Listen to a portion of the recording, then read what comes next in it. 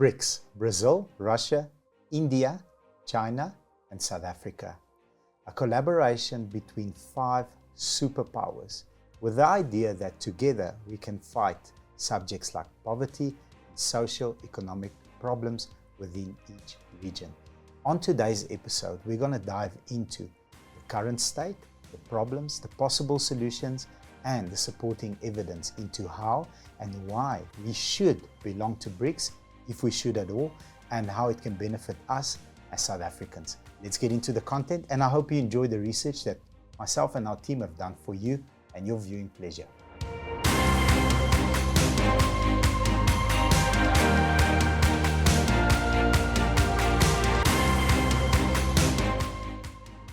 And today, to discuss this beautiful topic, Anna Marie Meyer, welcome. Thank you so much. So, Brics, and in 2023, we are chairing the 15th Brics Summit in our beautiful country. In your opinion, are we going to be able to execute? Well, Cyril's got to chair this.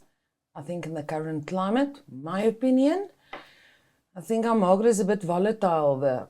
We've got all these issues running around. But we don't have power. We don't have power. But First we need have to to solve for pull the it power. off. Agree. And South Africa's got to lead this whole team. So I think we've got things coming up.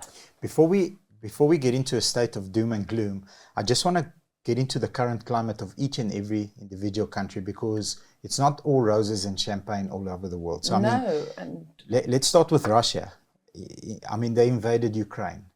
You know, it doesn't matter which side of the fence you sit. You know, you can be both left and right. It does not matter where you sit. Every time there's war, there's innocent people getting killed. You know, that's not, in my opinion, going away very soon. And it's not going to go away.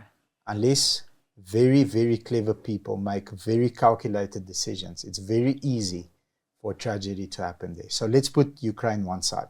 India and China, they've got a quarrel where they are basically fighting for the border. For the border, yes. But they say they're in Brics. Yes. They're supposed to be a unity. And I think that's something we're struggling with at this point in time. Currently, all the countries got a problem. There's a problem with each and every one. But there's a quarrel within the system. Brazil, the Supreme Court has declared the secret budget scheme as a scheme that is not constitutional. Now, you know, we very often like to blame our South African politicians, but how can they be so, you know, short-sighted to do that? I just want to dive into what I just said. In Brazil, the Constitutional Court has declared the secret budget scheme as unconstitutional. That means government paid individuals in their private accounts in secret to pull power towards a certain party. I want you guys to process what that means. That is, I mean, it's unfathomable. We are not even close to that. That's the amount of problems that government sits with, and they're part of Brics. I want to touch on another thing. The positive side of it, though. If you consider that America in the last 36 months has printed 40% of all the money ever printed, 40%. This is where I feel Brics can be a huge advantage going forward.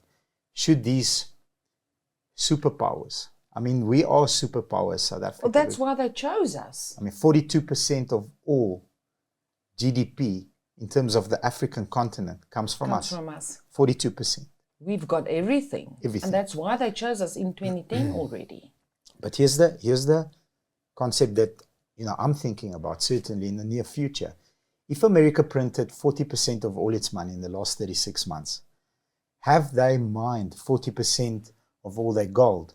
The answer is no. Have they manufactured raw materials into oil, diamonds, iron ore to back that 40% up? My answer is no.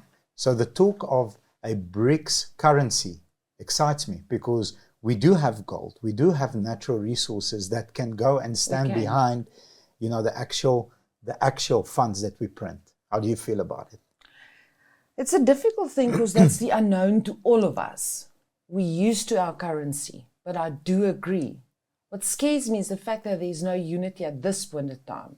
And hopefully, after this whole collaboration with them again and get together, it might be a different singer-song.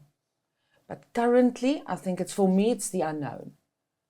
I think because each country operates in a different economic and social environment, maybe perhaps the understanding of each one is not as clear as it needs to be. No, it's not. I don't know how exchange of politicians will go and learn about each other, but I believe if the right people sit around the right table, the right leadership, and more talk goes into this currency, it really excites me because Russia has lots of natural resource. So does India, so does China, so does Brazil, by the way. And if we can create a currency, that is backed up by physical minerals and gold and diamonds, then perhaps we potentially have a little bit more power together than we have individually. Definitely, I agree with you. For me, it's the unknown. I'm scared, but I fully understand what you say, and it makes sense. Unfortunately, charity starts at home. So before we are riding a bicycle without hands, we still need to learn how to ride a bicycle with the helping wheels. We still have lots of social and political problems within the country that I feel we should look at, and before we jump into something like that. But potentially 10, 20, 30, 40 years from now, is it something good?